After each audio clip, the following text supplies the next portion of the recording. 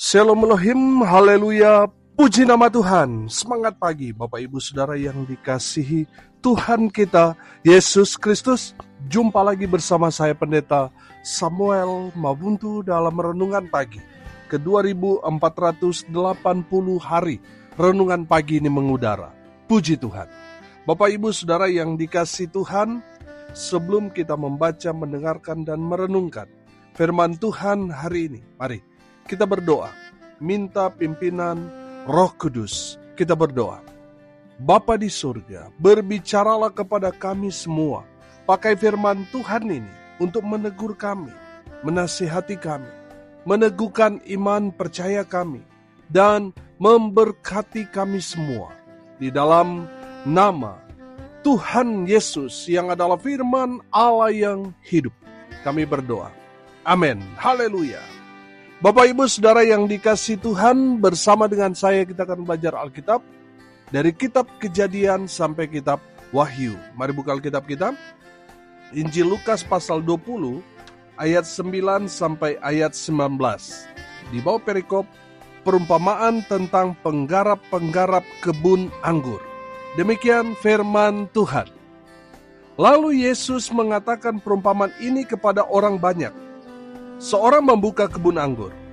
Kemudian ia menyewakannya kepada penggarap-penggarap, lalu berangkat ke negeri lain untuk waktu yang agak lama.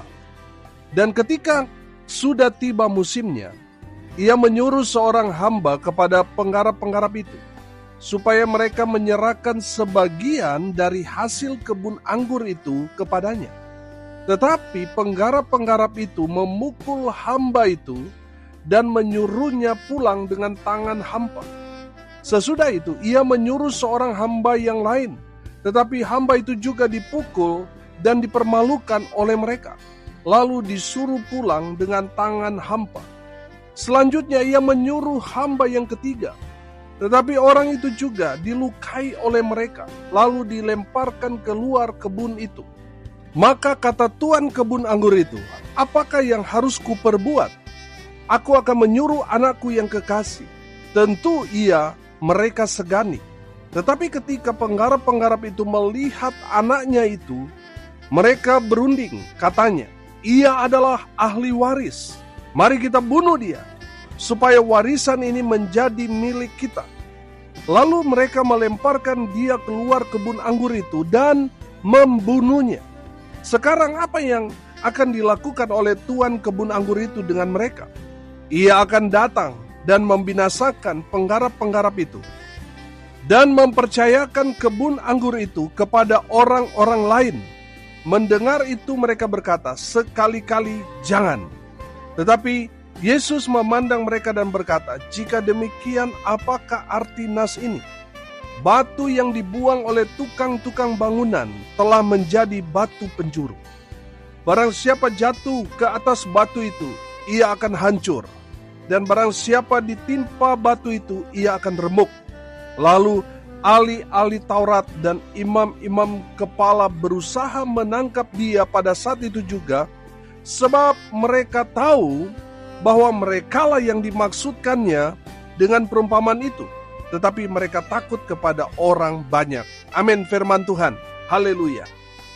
Bapak Ibu Saudara yang diberkati Tuhan, dalam perumpamaan ini Tuhan Yesus menceritakan tentang satu perumpamaan. Ada seorang yang membuka kebun anggur, yang saya sebut di sini adalah pemilik.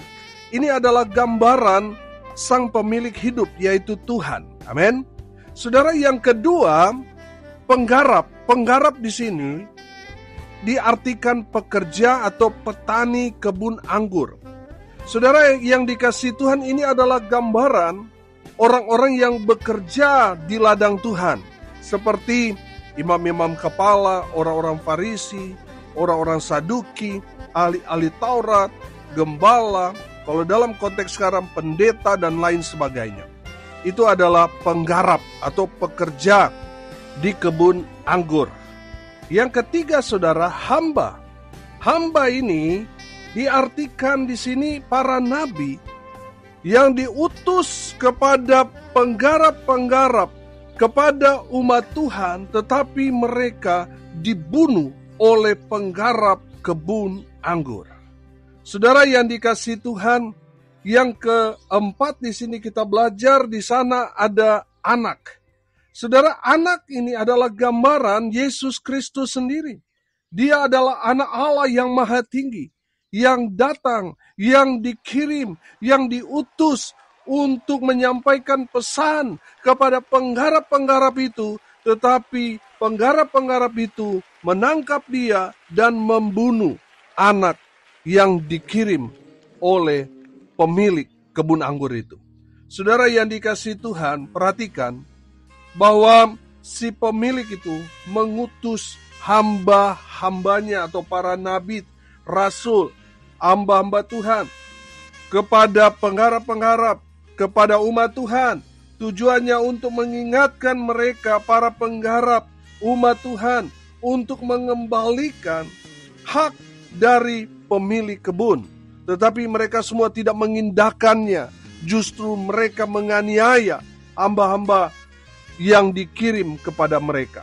Saudara yang dikasihi Tuhan, penggarap-penggarap ini bisa dikatakan mereka adalah orang-orang yang tidak tahu terima kasih. Mereka juga tidak tahu diri. Dan mereka adalah orang-orang yang jahat. Mereka hanyalah pengelola, pengerja. Mereka hanyalah seorang petani di kebun anggur itu. Tetapi mereka lupa kepada yang mempercayakan kepada mereka. Saudara yang dikasihi Tuhan, bukankah ini orang yang tidak tahu terima kasih, tidak tahu diri, dan benar-benar hati mereka itu busuk dan jahat? Itu terlihat dari apa yang mereka lakukan kepada orang-orang yang diutus dari si pemilik kebun anggur itu. Mereka aniaya, mereka pukul, mereka permalukan. Saudara yang dikasihi Tuhan, itu kan perbuatan-perbuatan yang tidak sepantasnya. Sudah seharusnya mereka bersyukur ketika hamba-hamba dari si pemilik itu datang. Mereka harus memberikan sebagaimana seharusnya mereka berikan kepada si pemilik kebun anggur itu. Tetapi mereka tidak mengindahkan semuanya itu. Mereka justru marah ketika si pemilik kebun anggur itu mengutus hamba-hamba untuk menagih kepada mereka apa yang sudah menjadi bagian dari kesepakatan dari si pemilik kebun anggur itu dengan penggarap-penggarap itu. Saudara yang dikasihi Tuhan, kalau kita tahu diri, saudara pasti kita akan memberikan apa yang menjadi bagian Tuhan kita. Amin. Saudara yang dikasihi Tuhan, ada berapa banyak di antara kita tidak tahu terima kasih. Berkat yang Tuhan sudah berikan begitu banyak kepada kita, tetapi kita tidak kembalikan. Saudara yang dikasihi Tuhan, Tuhan mengirim hamba-hamba itu untuk mengingatkan ada kewajiban yang harus kita lakukan sebagai penggarap-penggarap. Amin. Saudara yang dikasihi Tuhan, kita hanyalah pengelola, pengerja. Berikan apa yang menjadi bagian Tuhan dalam kehidupan kita, sebagai ungkapan syukur kita, sebagai tanda terima kasih kita kepada Tuhan. Amin. Haleluya. Tapi para penggarap-penggarap ini tidak mengindahkannya. Mereka justru menangkap, menganiaya, dan mempermalukan. Bahkan mereka membunuh anak dari si pemilik kebun anggur itu. Saudara yang dikasihi Tuhan, saya teringat dalam Injil Matius pasal 5 ayat 12. Demikianlah pula mereka telah menganiaya nabi-nabi yang sebelum kamu. Saudara yang dikasihi Tuhan, kalau kita melihat perjalanan bangsa Israel, banyak sekali nabi-nabi Tuhan yang Tuhan kirim buat mereka untuk mengingatkan mereka supaya mereka hidup dalam kebenaran. Bukannya mendengar, mereka justru memusuhi nabi-nabi yang diutus itu. Mereka bukan hanya menolak, mereka bahkan menganiaya dan membunuh nabi-nabi itu. Saudara yang dikasihi Tuhan, padahal para hamba-hamba ini adalah utusan Tuhannya, tapi mereka mengabaikannya. Saudara yang dikasihi Tuhan, perhatikan ayat 13 sampai ayat 15. Maka kata Tuan kebun anggur itu, apakah yang harus kuperbuat?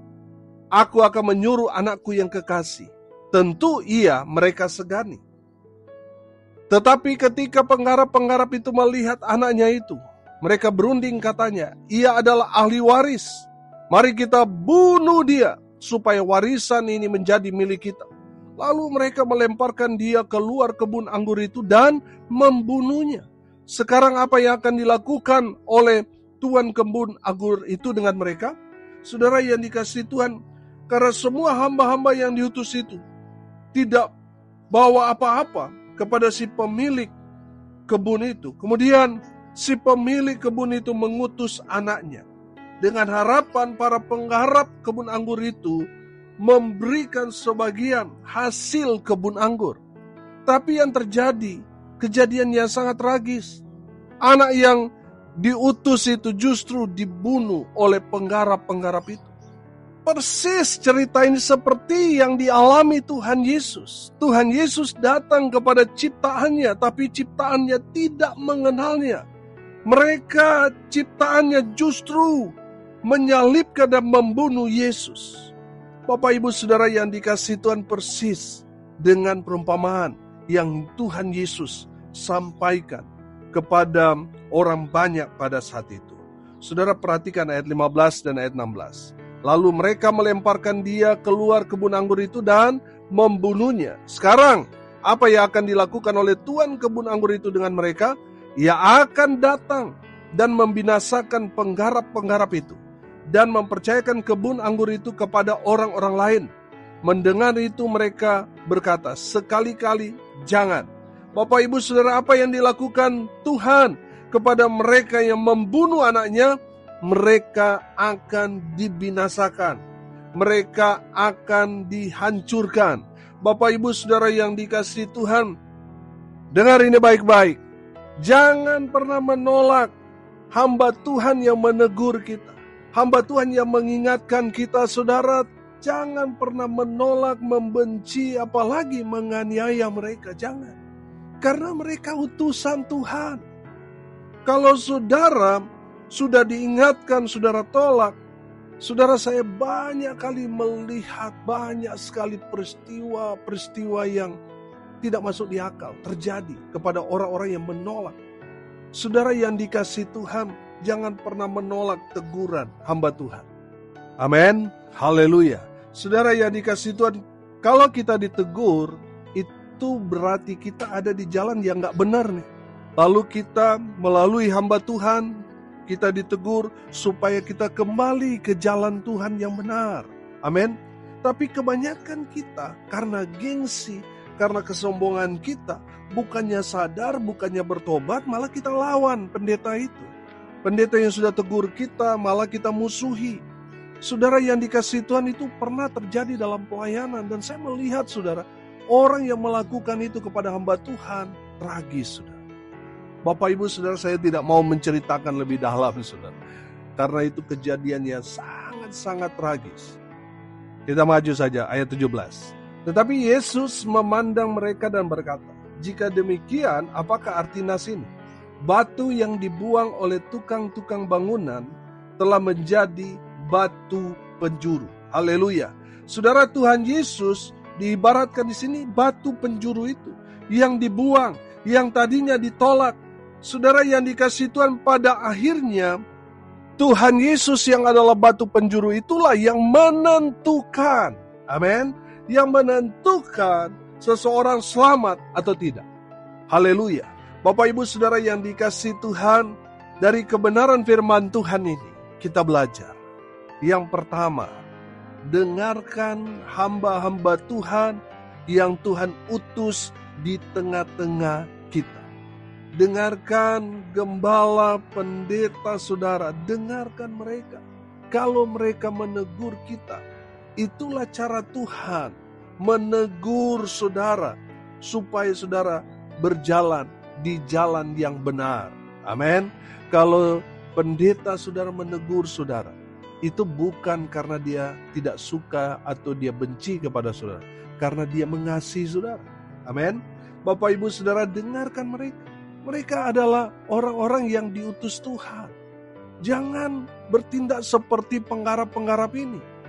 Justru memusuhi, menganiaya, membunuh hamba-hamba Tuhan yang Tuhan kirim untuk menegur kita, untuk mengingatkan kita, untuk memberikan apa yang menjadi bagian Tuhan. Saudara yang dikasihi Tuhan, dengarkan hamba-hamba Tuhan yang berbicara kepada saudara, yang menegur, yang menasihati saudara. Amin. Yang kedua, dari firman Tuhan ini kita belajar, terima Tuhan Yesus yang adalah batu penjuru itu. Saudara yang dikasihi Tuhan, kalau saudara menerima Yesus sebagai Tuhan dan Juru Selamatmu secara pribadi, saudara pasti selamat. Bukan mudah-mudahan, tetapi pasti selamat. Amin. Saudara, mereka yang menolak batu penjuru itu, mereka akan binasa, mereka akan hancur. Saudara, pilihan ada di tangan saudara. Saudara mau terima atau tolak? Itu keputusan saudara, pilihan saudara. Saudara yang dikasihi Tuhan, yang pasti terima Yesus, saudara pasti selamat. Amin. Haleluya. Yang ketiga, dari kebenaran firman Tuhan ini, perhatikan ayat 19. Lalu ahli-ahli Taurat dan imam-imam kepala berusaha menangkap dia pada saat itu juga. Sebab mereka tahu bahwa merekalah yang dimaksudkannya dengan perumpamaan itu. Tetapi mereka takut kepada orang banyak. Yang ketiga kita belajar, jangan keraskan hatimu. Seharusnya orang-orang Farisi, imam-imam kepala, ahli-ahli Taurat, orang-orang Saduki yang ditegur melalui perumpamaan ini, harusnya mereka itu melembutkan hati mereka, sadar dan bertobat.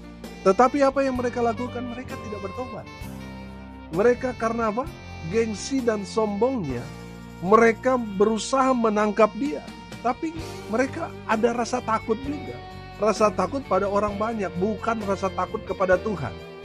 Bapak Ibu Saudara yang dikasihi Tuhan, kalau saudara ditegur oleh kebenaran firman Tuhan, jangan keraskan hati. Lembutkan hati. Sadar dan bertobatlah. Amin. Supaya saudara mendapatkan keselamatan. Amin. Kalau saudara masih mengeraskan hati, saudara masih benci orang, saudara masih tersinggung dengan khotbah pendeta di hari Minggu kemarin dan sebagainya, saudara nggak akan mendapatkan keselamatan itu.